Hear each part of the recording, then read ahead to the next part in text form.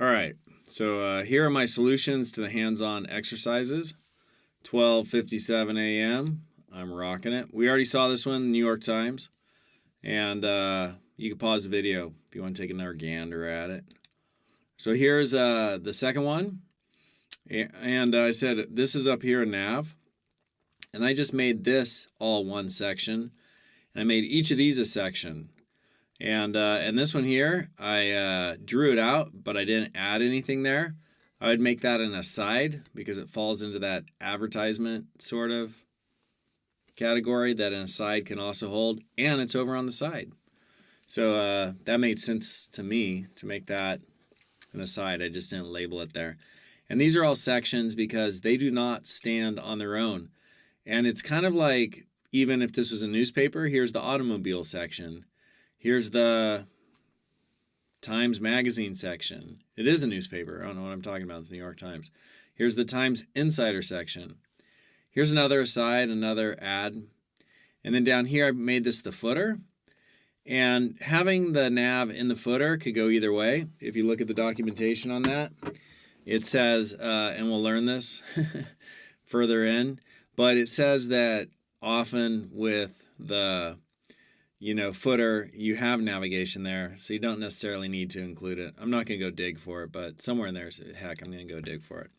All right, so nav, it's common for, right there, how do you like it? It's common for footers to have a list of links to various key parts of a site, but the footer element is more appropriate in such cases, and no nav element is necessary for those links.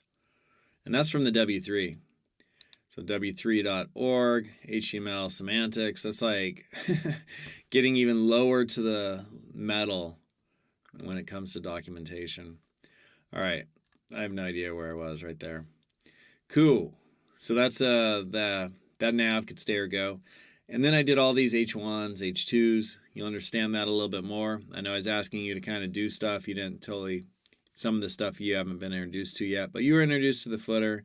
You're introduced to section. You're introduced to nav, sort of, just by visually seeing it. So here's another one, CNN, very similar to the New York Times. So you could, I'm just tripping out right here because this is like from the spring, I think. I'm not sure Trump was running for president by then. All right, so you could check this out and just pause the video and take a look. But figure and fig caption, a little bit of an aside. Right down there, I made that an aside.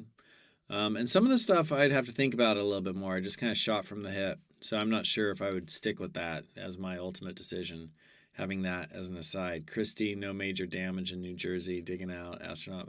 These are like additional extra links to something else. So again, if we go look at the side, MDN, and this is what you do to get to know these elements. So it's good you're seeing this. And then see, section of page, with content connected tangentially to the rest.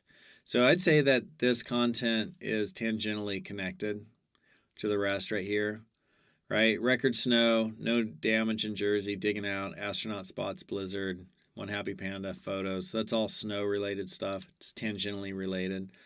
These sections are often represented as a sidebar or insert. They often contain definitions. There may also be other types of info, such as related ads, biography, web applications, profile, or related links, right? So it might be related links. And then they throw in on the blog. So sometimes this documentation is, a little bit not 100%, it's like written poorly. All right, so here we have, CNN, an aside, footer, kind of very similar to New York Times. And then here we have Reddit, and by this time I was getting tired of this exercise, so I was like, hey, this is an article. There's my H1. Cool. That could stand on its own, so that's why I chose to say that's an article. And then I said this is a section right here, and this is an article. And, more than anything, it's just to get you to think about this stuff. It's not necessarily this would be the right answers. Like I said, I just shot from the hip on this. And I'd have to think about that. This one right here is based upon, right here, inspired from here. So I put that link in there. And so in here, it talks about having, and we'll see this a little bit later, but if I was to search for that, right, you can see all of the articles. And so here's an article, film review, And then this has a user review and a user review, and that's in a section, user reviews. So the article has a header for the article, and then a section, which is like the main review, and it'd be longer, obviously. And then there's a section for user reviews. So the main review and user reviews, 2 sections in the article. That makes sense. And then, this whole article could stand on its own. And then inside the user review sections, we have an article here for a user review. Well, we could pull that user review out and it'd stand somewhere on its own. So that's good. Let's make that an article.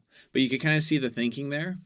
And so using that same thinking, I basically said, hey, this is a section and here's an article, right? And maybe there'd be more stuff in this section. I don't know.